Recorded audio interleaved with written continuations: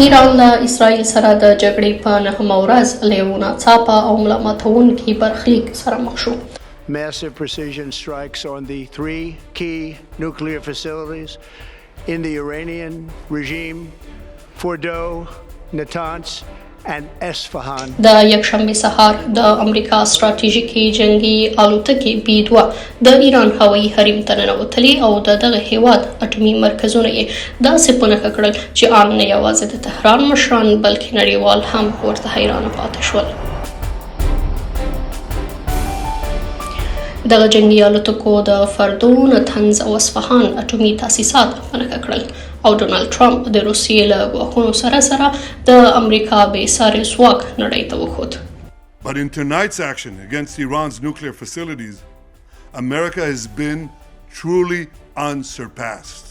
راپورونه ښیي چې د امریکا د برید جنګي الوتکې یوه ورځ مخکې اسرائیل ته رارسېدلې وې او له هغه هوایي دهلیز یې استفاده وکړه چې د اسرائیل جنګي الوتکو او د استخباراتي ادارې موساد تر دې مخکې پر ایران د بریدونو لپاره پرانیستلې وې.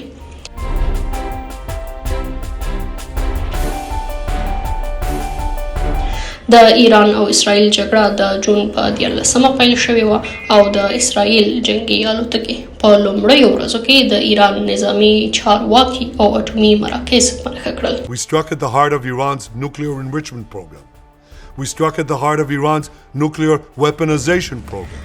له دې برید مخکې د اسرائیل ځانګړو ځواکونو او د استخباراتي ادارې موساد فعالو غړو په یو حیرانوونکي عملیات کې د ایران دفاعي کرښې ماتې کړې.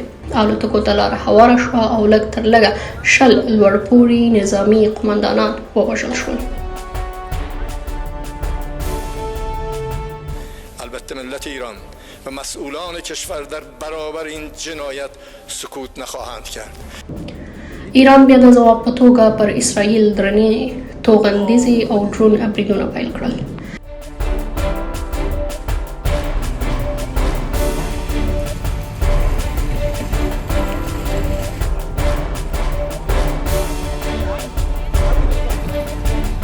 له بل خوا په ژڼو کې د ایران او اروپایي استازو ترمنځ خبرې روانې دي، خو د ایران د بهرنیو چارو وزیر سید عباس عراقچي ویلي ترڅو جګړه بنده نشي مذاکرات امکان نه لري.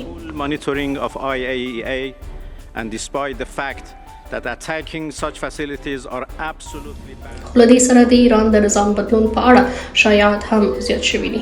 راپورونه وایي کېدای شي رضا پهلوي بیرته د ایران د رهبري صحنې ته راوګرځي. دا موضوع په نړیوالو او فارس ژبو رسنیو کې پراخ انعکاس موندلی.